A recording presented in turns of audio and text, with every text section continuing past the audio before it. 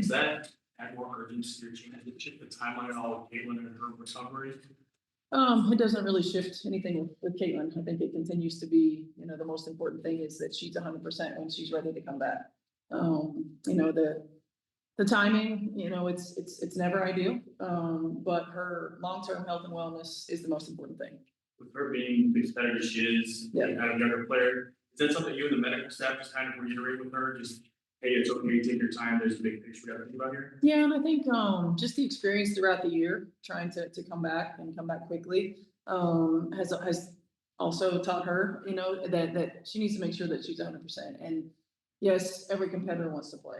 But at the same time, doing it the right way and making sure after we've had a couple of setbacks that we're prioritizing her long-term health and wellness is the most important thing. You saw this team about a month ago now. They didn't have Marina. They've added Aaliyah Edwards since then. Just kind of what stands out to you watching film of kind of where this team is compared to the one that you saw in Boston? Well, they're always in the game. And, they're highly competitive. They play their butts off. Obviously, when you have a player like Marina and her ability to score and facilitate, she's dangerous. She's one of the most dangerous players in the league. So she gets a ton of attention. And then you add, a great rim runner, rebounder in Aaliyah Edwards and somebody who can attack the basket, who's a different type of complement to Tina than Liv is or than Haley Peters is, gives them more size as well. So it's a tough matchup. There's no doubt about it. So this last week when the roller coaster of feedback we dealt with the injuries, adding new pieces, losses. So how have you just as a staff trying to keep this group together? But it sounds like also this group is one that is resilient. Yeah. Been able to lean on each other. Yeah, I mean, I think that we have great leadership in that locker room. This group is tight. They're connected. They stay together. I think for us reiterating, we've got a number one, be where our feet are. We can't look too far behind us. We can't look too far in front of us. We've got to make sure that we're focused on the one day at a time. And yes, losing all three of your point guards or not having all three of your point guards is tough. And, the 2-in-1 game was an emotional blow. However, being able to add someone the caliber of Odyssey, especially, and being able to bring in Kyra, now it's just trying to integrate as quickly as possible. That position and playing Sophie out of position, it's been an adjustment. And so for us as a staff, it's shrinking the playbook, making sure we prioritize the things that can be effective for us when Sophie's running offense versus when Odyssey's running offense. And it's about connecting as quickly as we can on the floor. One more quick one too on Caitlin. Do you anticipate she'll be back by the end of the regular season, or? I mean, that's the hope. The hope is that she's back. This is your first time back in Connecticut. Obviously, homecoming in Boston and homecoming here. Just what are your thoughts on being back in the building? Oh, it's just nice to see familiar faces, and it's nice to even walking around, having dinner last night and seeing folks that are regulars at the games, and it's really every time I've been able to see people in the organization, it feels like coming home. A lot of great people here, a lot of great memories here, so it's nice to reconnect.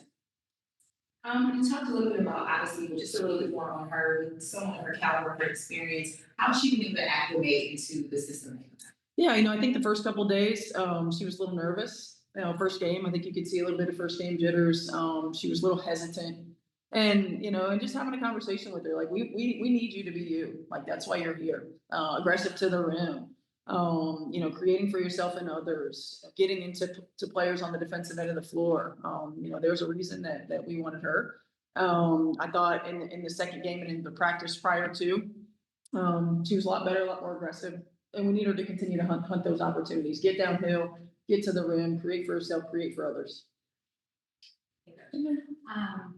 You dealt with, again, a lot of adversity, a lot of different lineups you had to deal with. The injuries, has anything stood out to you about Kelsey in particular in terms of how maybe she's taken things on from a mental load, from a play load? Yeah, I mean, certainly, putting us at times on her back from a scoring standpoint. She's always been a great scorer. We've had to rely on her to continue to be a playmaker. And the difference when you have an area on the floor with her, a Caitlin on the floor with her, and adding another playmaker, it takes some pressure off of her to be the only one.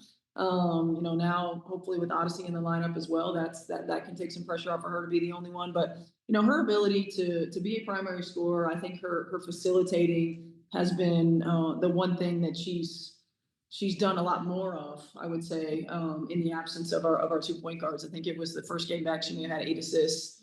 Her ability to really just create for others as well.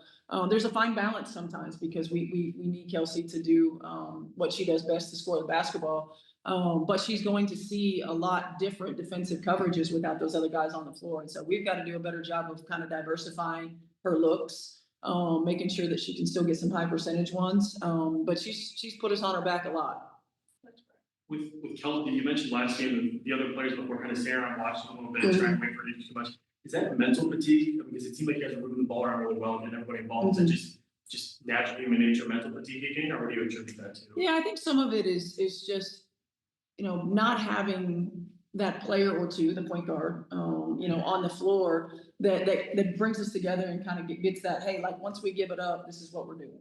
That coach on the floor. And Sophie is a coach on the floor in her own right, as is AB. But when you have to then have the responsibility of being the primary ball handler, that's a lot mentally as well as physically. You've got point guards on the other end that are hounding you 94 feet. You got to make sure that you're getting everybody in the right position. So it's a different mental load and capacity when you're in those positions. So I think some of it is kind of getting back to what we do best. Some of it's being out of position a little bit, and some of it's not having our point guards on the floor. And so giving Odyssey some ownership of embracing that, making sure that we simplify what she's going to be able to run, and getting a few practices under our belts where we can kind of see these moments of this is what we're looking for, this is how we get there. In terms of starting lineup, is Odyssey going to slide in today, or are you going to stick with the same group? Yeah, Odyssey's going to slide in today. Replacing Sophie. Replacing Lex. Last. Last week, another one. I love you, a lot of growth those past years to Sun. Obviously now her role is a lot different than it was the last 2 years. Where do you see her impact moving forward in different ways now? Yeah, I mean, obviously Liv's continued to work on her game, her ability to stretch the floor, to attack off the bounce, not just playing with her back to the basket, not just, her rim dives, rim attacks on the backside, and playing with a different player in Tina than she was playing with AT. She gets different looks and different reads. And so she's just continued to expand her game. And I think it's benefited her and the organization. Sonata Rivers has just been so great and dominant as a rookie, specifically on the defensive end. Was there any game plan coming in today, knowing how she likes to read the lanes and anticipate well? Anything specific that maybe you guys game plan for her and how she plays? Yeah, I think it's a lot for us to have all the adjustments that we're making, and then specifically game plan for offense. I think part of the reason, moving Odyssey into the starting lineup is we know between Rivers and Lacan, they are going to hound 94 feet. So having a true point guard on the floor, to be able to be the primary ball handler, and then you have Sophie and AB in addition to them as 3 ball handlers on the floor instead of 2 in that position, so that we can kick the ball up to Kelsey as opposed to having Kelsey initiate offense is also important. So, changing up our starting lineup is one of those ways that we adjust to that. We've got to make sure that we value the basketball. We've got to make sure that we don't assume when we're bringing it up. She's so good at her timing of getting in there and getting deflections that lead to steals. She's got long arms. She's a great instinctual defender. So making sure that we value the ball, but having multiple players on the floor that can bring it.